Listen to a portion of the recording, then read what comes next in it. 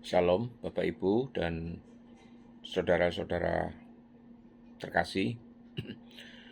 Kita sudah sering ya membahas tentang Trinitas ya. Trinitas pada umumnya semua orang sudah tahu. Namun kali ini saya akan memberikan satu bahasan yang mungkin agak berbeda sedikit ya. Karena ini saya ingin membahas masalah Trinitas ini di dalam kaitannya dengan Perjanjian Lama Bapak Ibu. Jadi judulnya saya beri nama Bayangan Trinitas ini. Shalom Bapak Ibu, saudara-saudari yang dikasihi Tuhan. Hari ini kita akan masuk ke dalam salah satu misteri terbesar di dalam kitab suci Bapak Ibu. Bagaimana Perjanjian Lama, kitab yang sangat menekankan keesaan Allah, justru menyingkapkan bayang-bayang Trinitas, yaitu Allah yang esa namun berpribadi jamak ini. Kita akan melihat 3 pilar besar yang menjadi jendela pewahyuan ini. Yang pertama adalah kata kita. Di dalam Kejadian 1 ayat 26,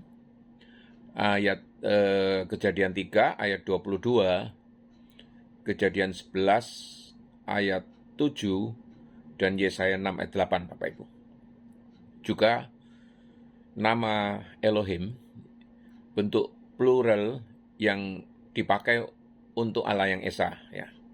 Juga Malak Yahweh, malaikat Tuhan yang sewaktu-waktu disebut Yahweh ya.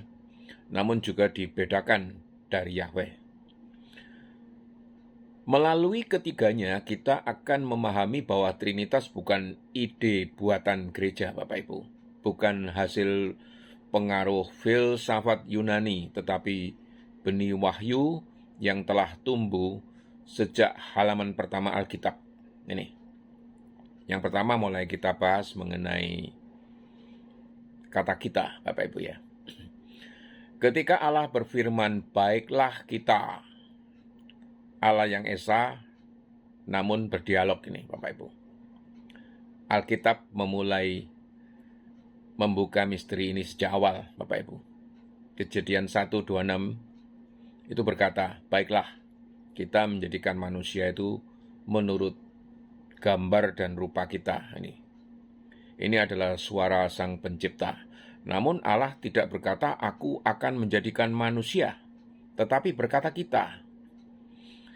Di Kejadian 3 ayat 22, Kejadian 11 ayat 7, dan Yesaya 6 ayat 8, pola yang sama muncul Bapak Ibu. Pertanyaannya, dengan siapa Allah berbicara? Apakah dengan malaikat? Tidak Bapak Ibu, sebab malaikat tidak mencipta manusia. Mereka bukan gambar Allah Bapak Ibu.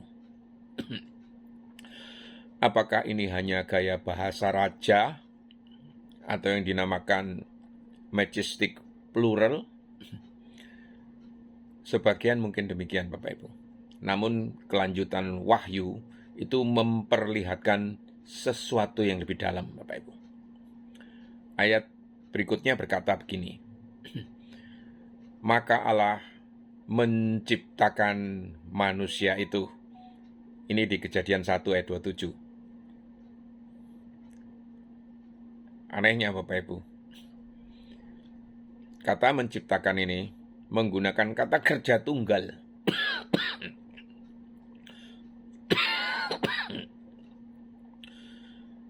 Bukan jamak ya.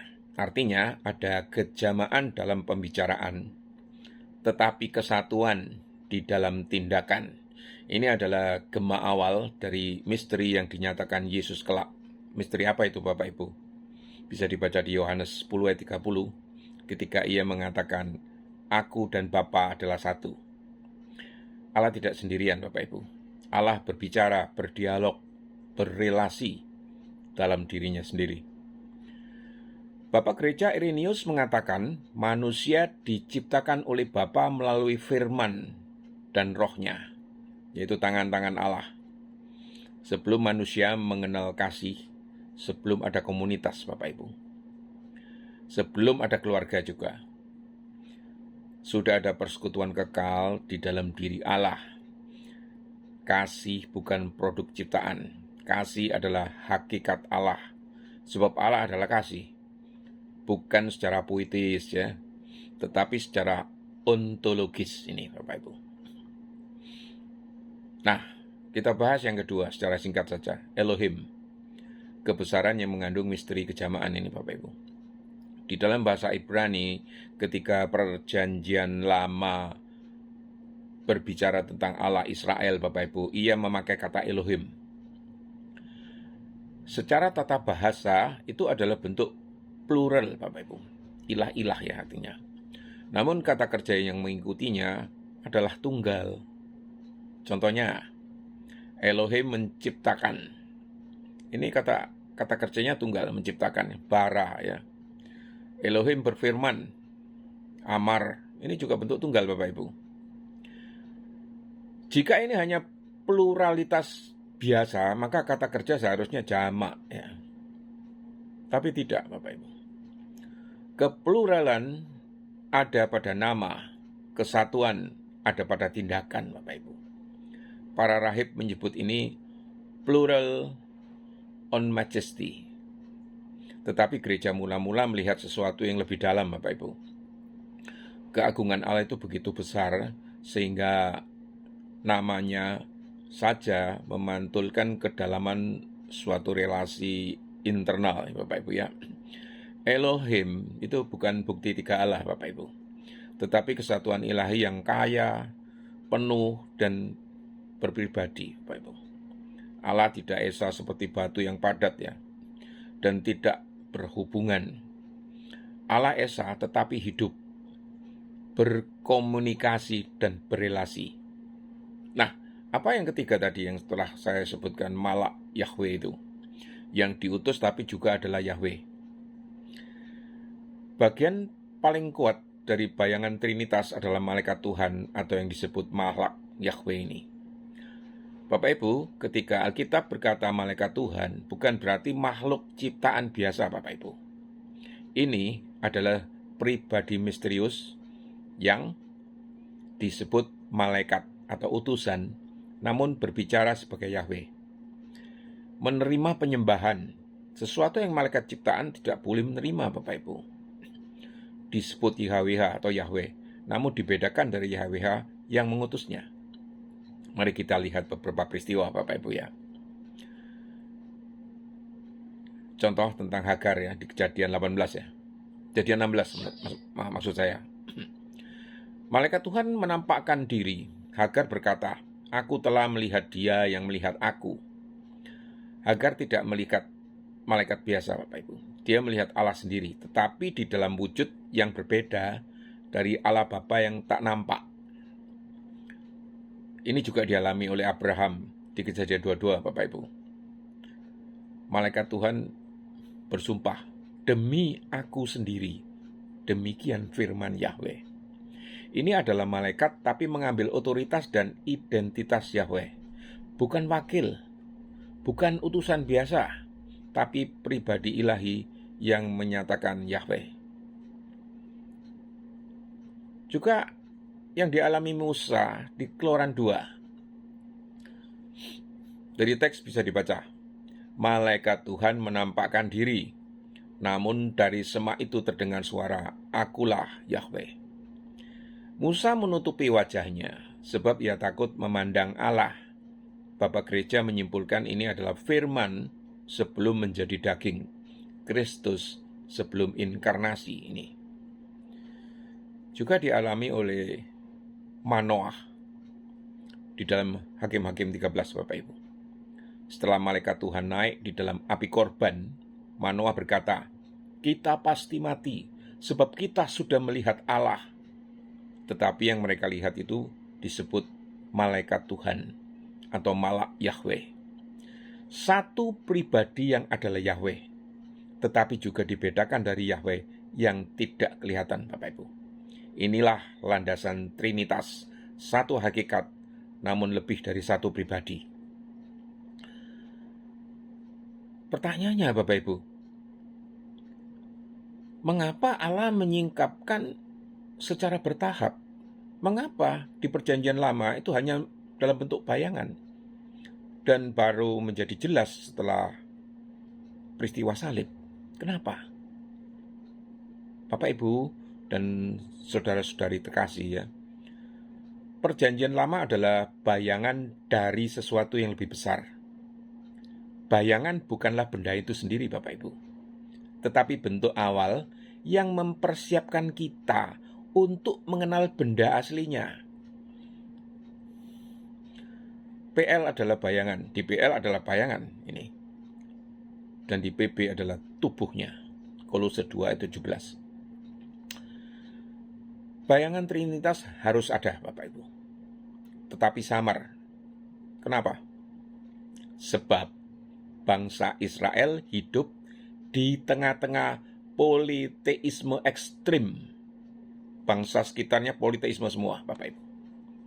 Jika sejak awal Allah menyatakan Allah adalah 3 pribadi, bangsa itu akan jatuh dalam politeisme seperti bangsa-bangsa di sekitar mereka.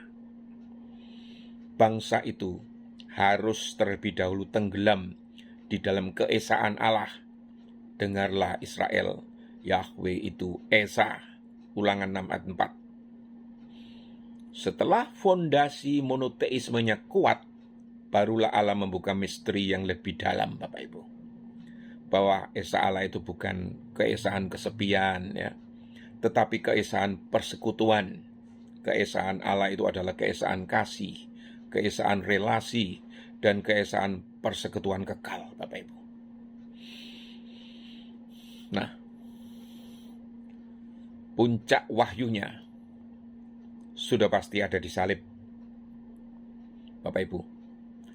Misteri bayangan PL menjadi jelas ketika Yesus menggantung di kayu salib. Di sana, anak berbicara kepada Bapa, Bapa, ke dalam tanganmu kuserahkan nyawaku. Roh Kudus kelak diutus dari Bapa dan Anak. Salib adalah titik di mana Trinitas tidak lagi samar, melainkan disingkapkan, Bapak Ibu. Di salib kita melihat kasih Bapa yang mengutus, ketaatan Anak yang menjalankan, dan Roh Kudus yang mengaplikasikan keselamatan ke dalam hati kita semua, Bapak Ibu. Mereka bukan 3 Allah, Bapak Ibu, tetapi satu Allah yang hidup di dalam kasih yang kekal.